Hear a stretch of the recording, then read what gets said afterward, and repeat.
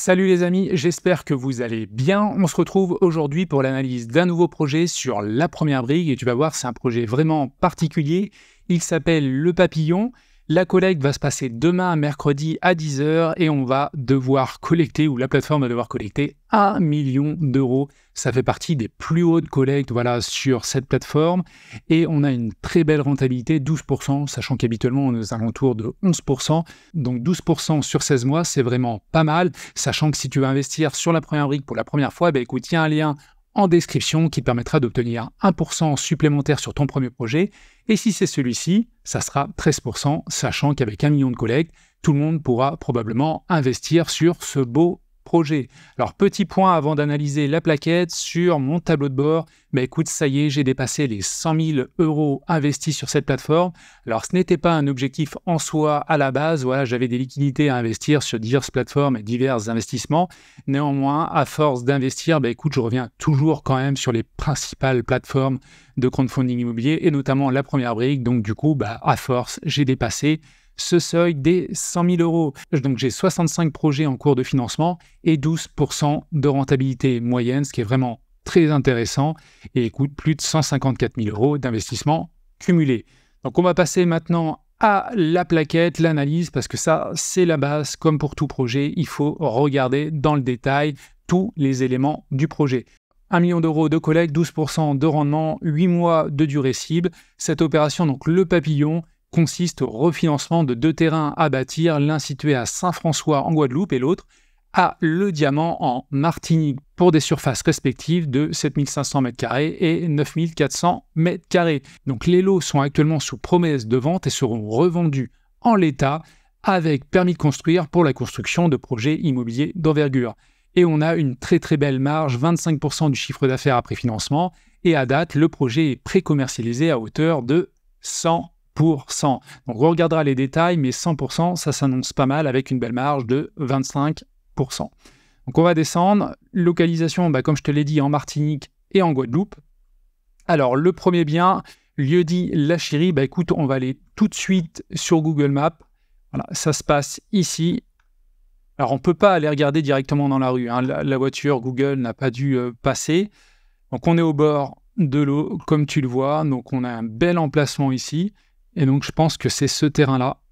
Alors, on va revenir sur la plaquette parce que je crois qu'il y aura des visuels un peu plus précis. Donc, on est là. Donc, ça, c'est le terrain. On a l'impression, ça y est, ils ont déjà un petit peu retiré tout ce qui était végétation en trop et autres. Et le deuxième bien, lui, se situe à Saint-François, à Sède, donc sur l'île de la Guadeloupe. Hop. Et donc, c'est cette parcelle de terrain ici. Donc là, également, je vais dézoomer. On n'est pas loin de l'eau, tu vois. L'eau est ici.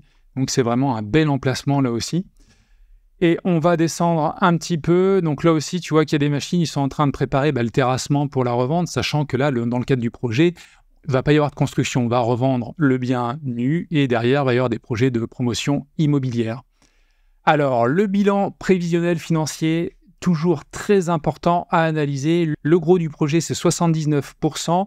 1 517 000 de foncier, plus des frais de notaire, ça fait peur quand même, 190 000 euros, mais vu l'ampleur du projet, c'est pas étonnant. Donc ça représente 79% du projet. Des travaux de défrichement et d'entretien des terrains, ça c'est important aussi, 50 000 euros, c'est marginal que 2%. Et après, il y a des lignes classiques sur les dossiers d'urbanisme parce qu'il a déjà préparé les permis de construire, les géomètres et études et diverses taxes pour 6% de la globalité du projet, les frais première brique 13%, donc on arrive à un prix de revient à 2 172 000 euros, sachant que les 2 terrains donc seront vendus aux alentours d'1 500 000 et surtout, il y a des promesses sur ces 2 terrains, promesses d'achat, donc on va voir ça par la suite.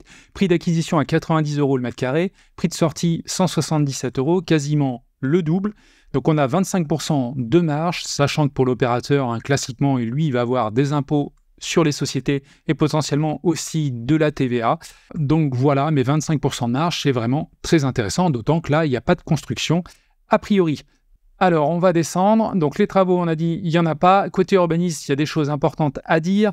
Donc, sur le terrain de Saint-François, notre porteur a procédé au dépôt d'un permis de construire au mois d'août 2023. Donc ça, c'est récent, ça veut dire qu'il n'est pas purgé, lequel est actuellement donc en cours d'instruction. Ce permis a été élaboré après consultation de la mairie de Saint-François et obtention d'avis favorables sur les consultations réalisées. Donc attention, là, le permis de construire n'est pas encore obtenu, le délai n'est pas purgé dans la globalité vis-à-vis de l'affichage, et notre porteur avait par ailleurs obtenu un permis similaire il y a plusieurs années permettant de conforter l'obtention de cette future autorisation d'urbanisme. Alors certes, mais les règles d'urbanisme peuvent évoluer, néanmoins vu qu'il a consulté la mairie avant, devrait pas y avoir de problème.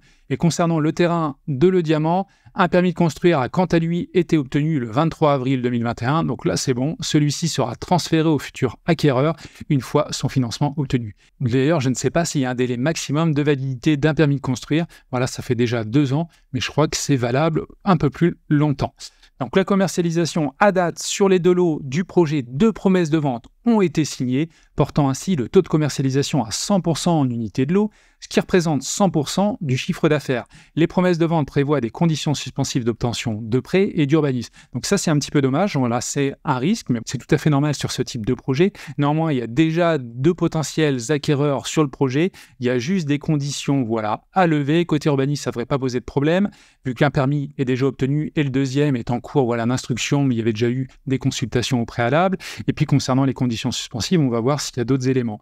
Donc, concernant le terrain de Saint-François, une condition suspensive d'obtention de permis de construire a été prévue, ça c'est classique, mais les consultations réalisées sur le permis ont toutes émis des avis favorables. Et sur le terrain de Le Diamant, une condition suspensive de financement a été prévue.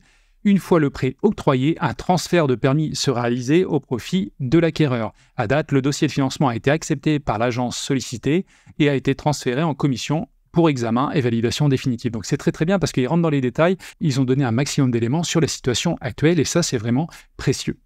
Donc le prix de sortie sur le premier terrain, Le Diamant, on est à 160 € le mètre carré, sachant que le prix moyen du marché il est à 165 €. Donc ça c'est bon, on est dans la moyenne. Néanmoins le terrain est non viabilisé, c'est-à-dire que l'acquéreur prendra à sa charge la viabilisation. Par contre, on a quand même une très belle localisation. Et vis-à-vis du marché et de l'évolution du marché local, le prix moyen constaté a augmenté de 52% entre 2016 et 2021. Donc, c'est énorme. Donc, après, il faudrait voir depuis 2021, mais ce qui traduit donc une forte croissance de la pression immobilière sur la commune. Donc, on va descendre. Et concernant le deuxième terrain, là, on a un prix de sortie légèrement supérieur aux 179 € de moyenne vis-à-vis du marché. Donc on est à 188 € du mètre carré et donc le prix moyen sur la zone constaté a augmenté de 48% entre 2016 et 2021. Donc effectivement, il y a de la demande dans le coin. Donc l'opérateur, évidemment, sur des projets comme ça, 1 million d'euros, il a dû faire plein de projets avant et là, on le voit, c'est confirmé. 20 ans d'ancienneté dans l'immobilier, donc c'est énorme, sachant qu'il a créé en fait la société dédiée à ce projet-là récemment, en 2023. Cette société a été créée en septembre 2023, donc il y a très peu, afin de porter le financement participatif, le Papillon. À date, cette entreprise est donc vierge de tout passif, donc on ne pourra pas analyser. Néanmoins, ce qui va être important de regarder, c'est la société qui emploiera les fonds levés et la SARL Ambrofil, structure holding de Philippe qui détient 100% du capital de la foncière Caraïbes Invest. Donc il y a plusieurs sociétés. Donc là, on voit son track record un petit peu et les anciens projets qu'il a fait, sachant que je vais te montrer sur le premier bien, voilà, a priori, Philippe Hureau, tu vois, c'est déjà un bien, là, c'est un hôtel, et ça appartient au porteur de projet. Là, c'est bien Philippe Hureau, donc il connaît bien la zone. Alors, vis-à-vis des garanties, ils ont décidé de prendre une garantie à première demande d'1 million, donc quasiment 2 millions, de la société Ambrofil, structure holding détenant la société porteuse de dette. Et de la même façon, ils ont pris une deuxième GAPD de la même somme qui sera prise, là, sur la holding à la tête du groupe Hureau. C'est pas ces 2 garanties qui nous plaisent le plus, c'est plutôt l'hypothèque de premier rang déportée parce qu'elle ne va pas porter sur les 2 terrains, mais sur un autre bien. L'actif hypothéqué est un complexe hôtelier valorisé à 5 millions d'euros, offrant ainsi une couverture hypothécaire représentant 303% du montant financier. Donc ça, c'est énorme, c'est hyper rare. Je ne l'ai quasiment pas vu sur des projets de crowdfunding immobilier. Et il est tout de même à noter qu'un second dossier prévoyant la prise d'une hypothèque sur ce même actif est actuellement en cours d'études auprès de Zonalyse. Donc ça, c'est un petit peu dommage. Ça veut dire que la couverture hypothécaire en cas de mise en place de cette seconde hypothèque s'élèvera alors à plus de 150% de la totalité des financements envisagés auprès de la première brique. Donc ça, c'est très bien. On aura une belle couverture. Donc le bilan financier de la première société Ambrofil, écoute, on regarde principalement les capitaux propres, 2 700 000. On est à 6 900 000 de dette, donc quasiment un ratio entre 2,5 et 3. Donc c'est correct, il y a quand même un certain taux d'endettement, mais ça va. Et l'autre société, donc ça doit être la holding si je ne me trompe pas. Là, on est à 366 000 euros de capitaux propres pour 1 132 000. Donc là, on est plus endetté, quasiment un rapport. Donc on est sur un rapport d'1 pour 3. Donc cette société est quand même plus endettée, en situation un peu plus délicate par rapport à la précédente. Donc on descend, un petit point sur l'hypothèque de premier rang déporté. Donc ça, c'est des photos de l'hôtel, là, a priori à peu près aux alentours de 5 millions d'euros. Donc estimé à 5 millions d'euros, mais il y a un rapport d'expertise qui a été fait récemment, en juin 2023, qui montre que cet actif vaut 4 600 000. C'est énorme. On va descendre, et concernant le financement, écoute, il a quand même apporté des billes, 522 000 euros, ce porteur de projet. On a la collecte actuelle d'1 million d'euros sur la première brique, et on a également 650 000 par le club deal de la première brique. Donc ça, c'est une autre voie d'investissement via la plateforme. Et il pense que l'opération peut se solder raisonnablement autour de 8 mois. Effectivement, sur le site et officiellement, ils mettent 16 mois. Néanmoins, ça devrait être plus court.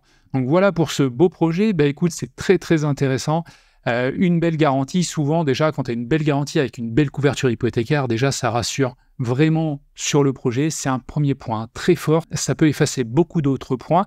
Et puis d'autre part, on a une pré-commercialisation très avancée, donc compromis signé. Certes, il y a des conditions suspensives, mais pour les permis de construire, a priori, tout a été fait en amont. Tout devrait aller à son terme, notamment sur celui-ci qui est en cours d'instruction.